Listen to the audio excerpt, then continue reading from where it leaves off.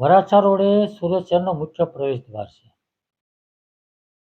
અને આ વરાછા રોડ ઉપર શ્રીનાથજી ફ્લાયઓવર બ્રિજ સૌથી સુરત શહેરનો મોટો બ્રિજ છે અને નાના વરાછાથી સરથાણા જગતનાકા સુધીનો બીજો બ્રિજ છે.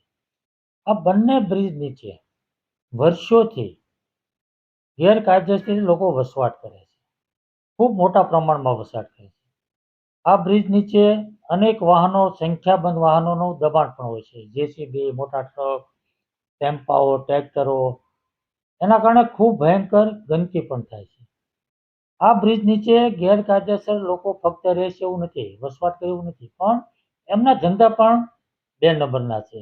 દારૂ, જુગાર, ડ્રગ્સ, ગાંજા, અફીણ, અનેક પ્રકારના ન્યુસન્સ છે. એ લોકો પીવે પણ છે અને વેચે પણ છે અને અનેકવાર પોલીસે ત્યાં રેડ પાડીને પકડ્યા પણ છે અને મ્યુનિસિપલ કમિશનરને પણ ખબર છે. એટલે આ ત્યાં લાખો લોકો રોજ રોડ પર નીકળે છે, પોલીસ પણ નીકળે છે, કોર્પોરેશનના અધિકારીઓ પણ નીકળે છે. આ બધાને આ પ્રશ્નની ખબર છે અને વર્ષોથી લેખિત મૌખિક રજૂઆતો થઈ રહી છે, પરંતુ આ પ્રશ્નનો હલ કાયમિક રીતે થતો નથી.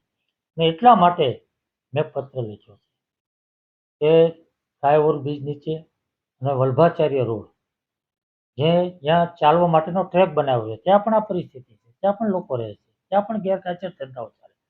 તો આ બંને રોડ ઉપર આ ન્યુસન્સ દૂર થવું જોઈએ, એની સામે કડક કાર્યવાહી થવી જોઈએ અને કાયમિક હલ થવો જોઈએ. અને એટલા માટે મેં મ્યુનિસિપલ કમિશનર અને પોલીસ કમિશનરને બંનેને પત્ર લખ્યો છે કે બંને સંકલન કરી સંયુક્ત રીતે આ કાર્યવાહી કરી અને કાયમી ધોરણે આ પ્રશ્ન હલ કરવા માગો છે કે કેમ, અને કેટલા દિવસમાં હલ કરવા માગો છો એનો લેખિત જવાબ મેં માંગ્યો છે, એટલા માટે